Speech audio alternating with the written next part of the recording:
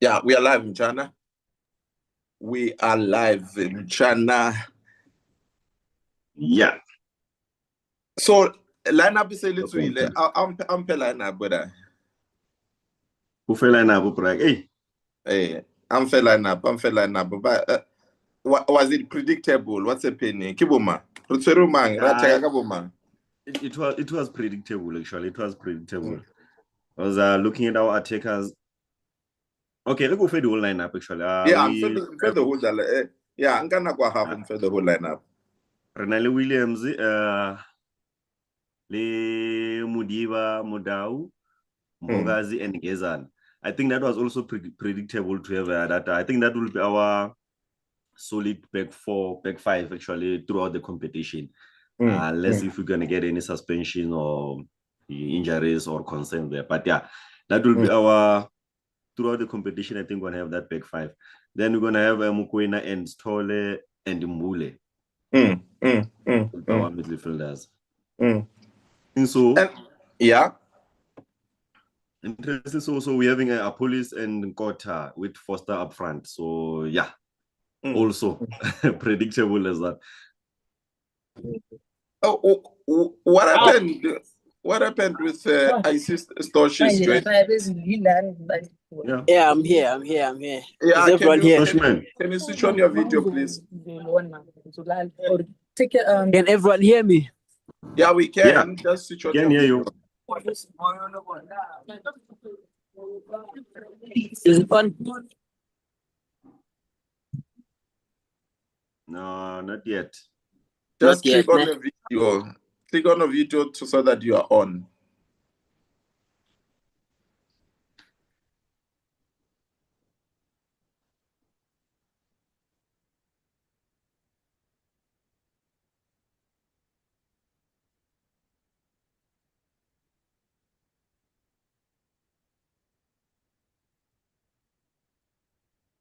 Yeah, no Sabala lineup, Sia.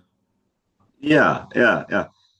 So it's okay. I think for our back five, I think there's nothing much actually we can discuss there because we know what those guys are capable of. So I don't think there's any specific instruction on Mudiba and Mudau what should they do, because looking at this team in Angola, they are very attacking team. They don't sit back. So I think their primary job will be to defend and be able to minimize the pressure that we'll be getting.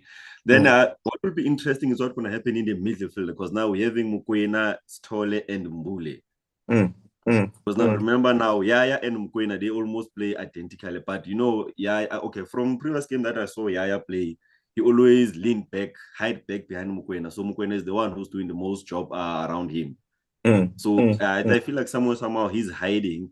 But I think that's going to be interesting now, that what will be the switch there. Will Mukwena be able to go assist Mbule going forward, or he will just sit close to our back four, so that there won't be any more pressure coming to the team. But yeah, that will be interesting actually to see how the instruction from the coach told them what to do. And also will Mbule be more playing attacking, or will be more sitting also, so that can have that three midfielders? I'm not sure. So I think I'm saying that would be interesting what the coach has said. Because now, looking at this lineup, if you remember the previous AFCON, we had a more defensive positional structure than what we have now. Because now we do have a power on attacking. We do have attacking-minded players. So yeah, it's going to be interesting what the coach, because normally we know coach, he likes to control and sit back. He normally likes to control and sit back. So now it's gonna be interesting. Maybe let me bring Stosh in. Stosh, the lineup is out. We don't start with Rele. Was it something that you expected that Rele was not gonna start? What's your reaction on the starting lineup? Good evening, everyone. Looking at today's lineup, Motiba, I'm not surprised with the coach not starting or Mufukeng, because of me knowing Hugo Bros. He believes in much more experience, and he's a coach who is more cautious when it comes to defending. So I think he knew we're not playing against a weak Angola. We're going to be playing against the Angola that's quick transition, aggressive on the ball, and also they've got a little bit of physicality on Latina. So Umufukeng probably he thought defensively he won't bring what Apolis can give, and then also he also believes Apolis without fear or favor he's been doing well on that left wing forward position. So I do believe Mufukeng is gonna try and integrate him a little bit in the second half. But I didn't see Mufukeng starting today. My big surprise on the lineup, it's Ngezana. I'm sorry, it's busy not starting with Mbogazi. I thought the coach would use the mentality of thinking they both familiar with each other, Orlando Pirates, and also they've been playing together. Also, Bafana. I thought he's going to continue with a strategy, but seeing him making the change, surprising, but also replacing the playing crunch. Interesting. Okay, Sia. No. Actually, we have a point then, but especially the pairing of Mbogazi and Yes, yeah. Ngezana. It's an interesting one. It's an interesting one because I think the only game I remember is when we played against Nigeria, and I think I understand why Coach Brute actually opted to use Ngezana instead of CBC. Because if you can remember, I think knowing CBC when it comes to playing against high pressure games, he normally tend to disappear and he will just come and get those unnecessary yellow card. So for Ngezana and Bogazi to be there, Ngezana has more experience. Even he didn't play the last AFCON, but at least he has more experience knowing how to deal with international players. And Angola has more international players than the local players. So I think as we go forward, that's where he's gonna start rotating the squad. But the one game I know for sure that I think he's gonna play Mbogazi and CBC. That's a game against Zimbabwe because now Zimbabwe players are more based in local games. So yeah, maybe. I think that's also another huge surprise is for Mahopa not starting. Because I thought he's going to use Mahopa's energy to try to destabilize Angola because remember, if you play with Foster is more of that guy who's 2-3 seconds later to pressing. So Mahopa is always an instant player who's always pressing. So I think that was another surprise. Yeah, but we'll see. We'll see. Maybe let me come in this year. You're mentioning that Angola is mostly it's about 12 in their international players as compared to South African or Bafana having more of local. How do you read that? Do you see that as, is it a strength? Is it something that can work for us, or is it something that you think it will work? What are the positive and negative around those two aspects? No, I think for them it's an advantage because what I've seen previously, Angola plays as a team. They don't play as a superstars. To their players, I think they have that bond of that we are not superstars. They can play as a team, even though they're playing in different leagues. So I think for them is their strength. Actually, they know that we can bring different players, but whenever we come to international stage, we're just gonna bring the results. Because if you can look, the same effect is also affecting on their under 17 teams and the under 20 team. Because if you can look at COSAFA, Angola is always doing good on those games. So most players they just interact from the smaller teams, then just come to the first team. So I think that will be an advantage for them. But for us, it's also an advantage because remember we're using a local players that actually know how to play local football. Our bond, you know what, it's more of a, you can't question, you know how Orlando Pirates plays, you know how Sanders plays. So if you combine those players together, they know each other better than anyone else. And some of them played together on the previous teams, on developments. They understand each other's background. Like if this one is making a run, this and this can happen. So yeah, that's what I'm saying. For us, actually both teams, they have advantages on their side. So I think we're gonna see after maybe 45 minutes, then we're gonna start seeing where will be the disadvantage. But right now on paper, we can say both teams have advantage. I think they can do something that will be unpredictable. So as I'm saying, 45 minutes will give us an aspect of where this game is going, where the coaches plan, and yeah, we're gonna see that. Maybe Stosh, stage fright is an international game. It's big, millions and millions of people are watching. And having Sia said that the Bafana, I mean, the starting lineup, 9 of the players are locally based. Do you think stage fright will be an issue? Or maybe because we are playing in Africa and most of these boys are used to play CAF and, they probably have been in Morocco before, they know the atmosphere and things like that. But do you think the stage fright will be an issue, will be a factor in tonight's game?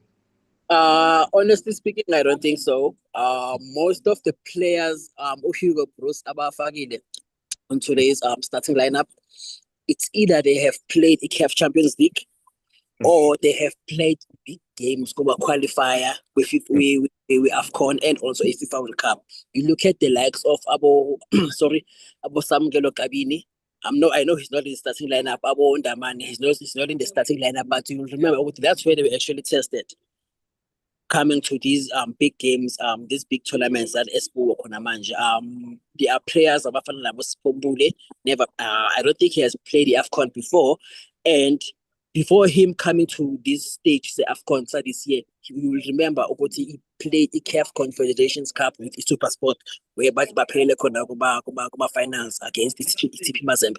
So players like Bombule, they bring that experience of it to Anabasa saying to Anabasa sorry, World Cup under 20, CAF Confederations Cup, CAF Champions League. I don't think it's going to be a factor. Okay, not being a factor. Speaking of Mbule, do you think he has a point to prove tonight? Everyone is watching him. The boy got a second chance. Hugo Bruce said, "I'm behind you." Do you think he has a point to prove? Yeah, definitely. Definitely has a point to prove. I mean, if you can see his numbers on Bafana, they actually says a lot. They usually says a lot. So he's got a point to prove. I think even looking at him personally, he's motivated. Remember the guy, he even said personally that he wants to go to America. So I think this is the stepping stone for him. He knows that he's the one, actually, I can say he's carrying Bafana right now to this big stage.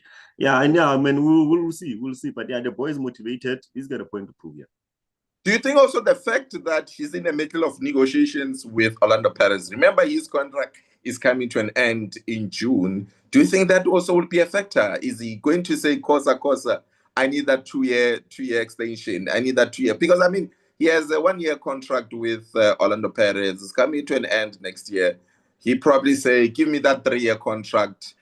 Give me that a longer contract so that I can be a legend of Orlando Pirates. What's your take on that? Okay, Master Chef. Master Chef, when he was signed with Orlando Pirates, I don't know what's happening with my video. Let's see.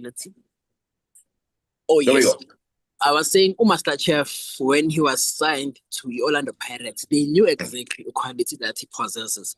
The only reason they signed Master Chef, I believe, because of the Pirates might have their own information, but according to my own belief, it's because of they signed Master Chef for only 1 year because of they wanted him to prove himself disciplinary. So whatever you've been doing in your 2 previous teams, and also Mamelodi Sundowns, we want to see ukuthi njengoba ufika la esigodini uzokwazi na ukuyilungisa whatever that you are going through, because of if Master Chef signs immediately for 3 years Orlando Pirates, and then first year, he starts misbehaving. By the time Orlando Pirates eating no, we are still see, cut the team, they're gonna have to pay him for the remainder of the 2 years that the guys I need. So also trying to protect my finances, the team as well. So looking at him so far, if definitely is getting another maybe 2-3 years contract for Orlando Pirates in the next coming season. I definitely agree with you there, Stosh, because this was actually more, this 1 year, it was not actually 1 year. I believe it was actually 3 years, but to mention that he's got 1 year, it was more of for him to prove himself, not to get carried away that Orlando Pirates signed him. So far, the past 6 months, he has done so well. You can even see the boy is motivated, mentally, like can see there's a lot of positive things to read out of him. And now he's like, now he's at that vision of, was it the same bullet that we heard about 2-3 years ago? So now when you look at the same people, you think like, no, man, You can't be saying this was Mbule, this was Mbule's behavior. So I think yeah, he's got more motivation. I think Orlando Pirates will definitely sign him. It was just a decoy in the public, because remember Mbule had a negative media scrutiny behind him. So that was just a decoy that Orlando Pirates, they don't put more pressure on him. But for him, he just actually, I think he needed that pressure of Orlando Pirates. And I mean, the boy is happy, man. We can see the guy is just wonderful. Look at him now. He's playing Bafana. We never thought we'll see Mbule. We were discussing Themba Zwane's and all the likes of replacement. We never actually mentioned Sipho Mbule in Bafana conversations. So here we are today.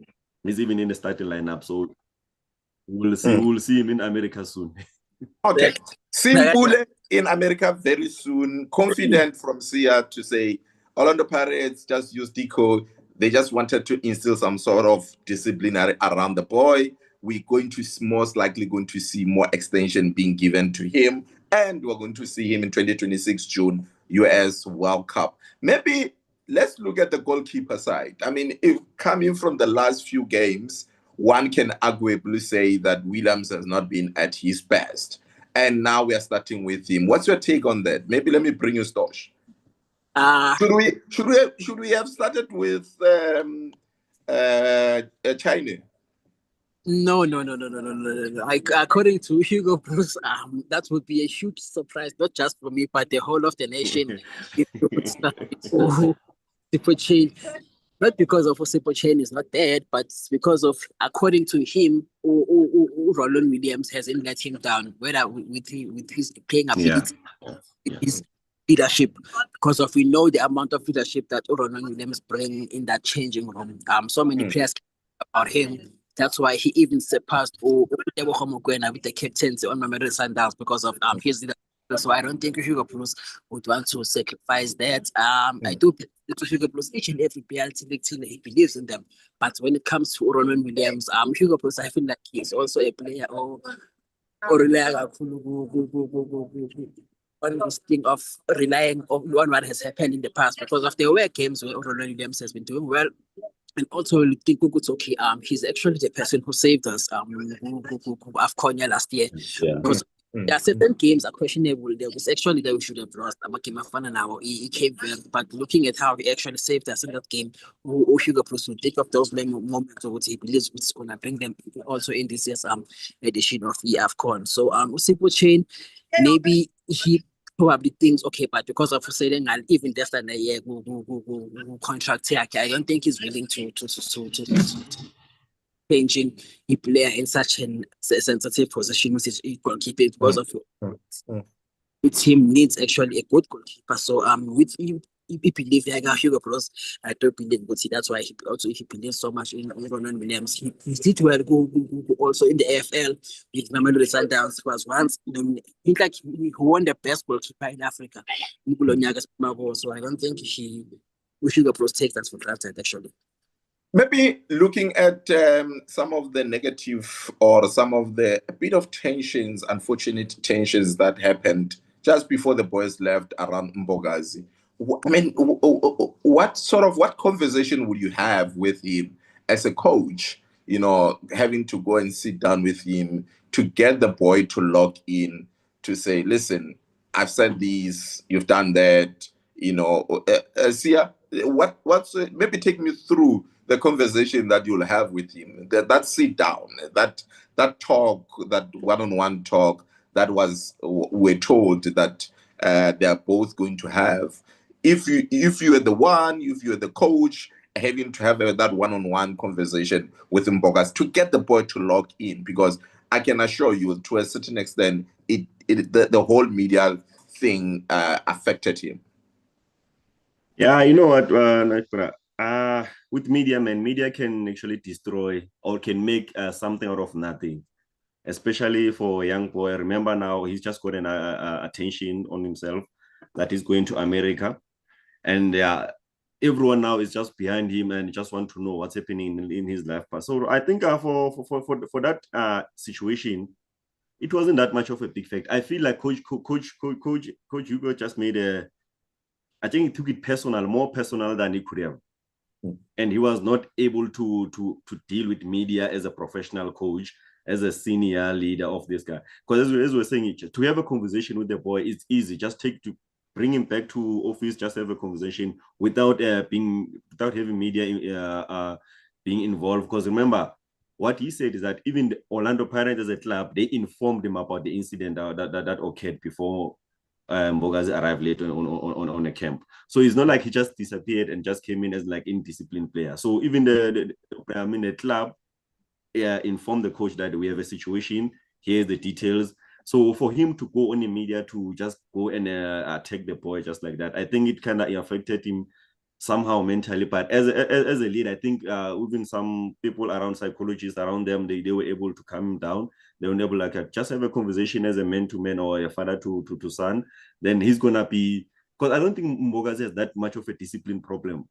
I've never heard any story. So I think he just made the incident just become a huge thing. And as you can say, I think for me, it was more of a personal attack because he was more disappointed that Mbogazi is going to America than on Europe or any other leagues. So I think he took that and just wanted to lambast him after his success. Remember, even he just said a farewell and everything. And also remember, even for him to travel from Polokwane to Joburg to KZN, there must be a good reason for that. So there was communication between them. So I think he kind of ignored and just took it personal to the fact that I'm not going to listen to Orlando Pirates excuses or anyone. I just don't like what this boy is doing. And he just took it that on media. And remember, if you bring such news to media, then it just becomes a huge concern. Because if you can remember, when the first day of the camp, no one actually noticed that Mbogazi was not there. There were no much questions until he arrived late. And they were like, oh, Mbogazi arrived late. Then when they asked him about that, he just lost it. So I think for coach, you just need, I think professionalism for that. I actually just went out the window for a few seconds. It just, the emotions got better of him there. Looking at the game, what do you expect from Mokoena? No, I expect from Mokoena, I expect that leadership, because remember, with Mokoena, if you remember how Sundowns Sundowns always play. Williams is always looking for Mokoena to restart. So I think if you're going to do play back, so Mokoena is going to become a key factor. Remember, he's the link between the defense and the attack. So every time when Williams is going to have a ball, you'll realize even on the game, he's either going to look for Mokoena or Mbule. As a fact that he's a factor to the link. He's linking our attack. He's linking our every sort of positional football that we're going to have. It's going to start with Mokoena. So you're expecting him to play that linkage role, that bridge, and he needs to be very effective. He needs to be very effective on how he receive and distribute his balls. Stosh, are you with us? Yes, I'm ready to answer. Yes. Yeah, no, go ahead, please. Yeah, on the issue of Tebogo Mokoena, all I can say is once Tebogo Mokoena have a 10 out of 10 presentation or performance, just know Bafana is winning that game. He's going to win it. Yeah. So the entire game now is dependent on Mokoena. I see what you... Maybe let's shift this and look at Nkota. I see the boys are about to come in. Looking at Nkota, what are you expecting from Nkota? I think it's going to be easy, actually. The creativity from him, those runs behind the defense, that's what we are looking for him to do, actually. Because remember, on the side, Apollo is not much of a runner behind the defense. So Nkota is going to do those runs and assisting with Foster. So I think for Nkota, it's going to be that energy that we need again. And remember, with the space that you can get, you can head to with those long range shots. So I think we're going to have a good attacking side where we're having with Foster and Mokoena, with Apollo also adding numbers because we know what he can do as well as he coming from behind as well. Yeah. Okay, maybe overall your closing shots, because I think the game it's about to start. Overall, man, I said for me. Let's see 45 minutes what it does, because I'm interested to see what Chico Pro is actually pro for this. Because what I have for him, my expecting for him is that he's a more of a defensive structure coach. He doesn't normally attack and play an open game. So for today, looking at the lineup, yeah, it's an open lineup. It's like attacking minded players. So I'm interested to see what's going to happen, because remember, with Nkota and Apollo, they don't help much in defense. So that's what I'm saying. I'm interested to see this attacking minded coaching lineup today. So we will see. But then what do you fear most about Angola? Ooh. What are you worried about? Hence, I said even in the beginning, they're not the defensive-minded guys. I see the boys are coming in. I see Chen is taking his seat. I see CVC there. I see Ubani. Campbell is there also on the bench. So they're all coming in. So yeah, you're saying Angola? No, in closer side, Angola, remember, they don't play defensive football. So this is going to be an open game. So I'm seeing a lot of goals here. I'm seeing a lot of goals. If you can become a draw of less of 0-0, I'll be much disappointed in Pesach. But I'll also give credit to the coach's instruction and the players' abilities to adapt in such an intense game. So, but yeah, for both teams, looking at the lineup for Pirates and also knowing how Angola plays, it's going to be attacking football. So we're going to be in for a much anticipated and interesting southern region AFCON team there. AFCON game today. Maybe we'll jump in for we'll jump in just immediately after halftime. And then we'll if you want to join us for halftime analysis, just to look at what went wrong or what went right on the first half. I see the game is about to start. Let's wish the boys well, and we're all watching. We're all rooting for them. They must bring it home. We have to win this game. We have to win this game because the Egypt one might be very tricky. So, and you know how Zimbabwe always like disappointing us. So the last one is Zimbabwe. So we should not even go take it to the last game. So we need to win. Said for us, we need to win today. It's either we get a draw today and win against Egypt, because I know definitely with Zimbabwe we're gonna get a draw because they don't like playing football when they play with us. They just go and pack the pass, so we just exactly that all. So yeah. But I'm disappointed about the turnout. Yeah, it's quite empty.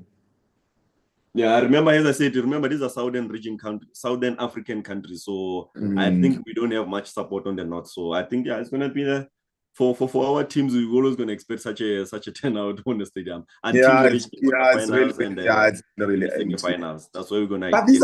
But like you said, these are the two games that are likely going to be playing attacking football. So the game's supposed to be nice. I see the boys. The nerves are not there. The boys look locked in. I mean, looking at Mokwena, he's thinking. He's switched on. You can look at him.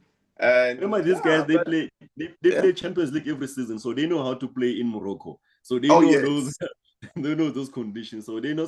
I don't think there's any fear in any one of them. So I'm actually confident that the boys will do it. Yeah, Mutawi is here, which is good. Yeah. Foster, is used to and also the stadium is empty, so there shouldn't be too much pressure. There shouldn't be much threat. So the game against Egypt on Friday, that's gonna be an interesting one because now I think the stadium will be full there. So I think we're gonna have a massive one. But remember, we once played in Egypt, then we won. So I don't think we are. Why not? Exactly. I think let's jump in at halftime and then No problem, my brother. Thank you. Sure.